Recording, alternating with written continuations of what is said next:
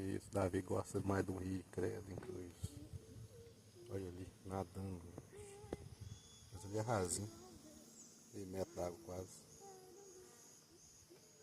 E eu tô aqui esperando bater o bicho do chão.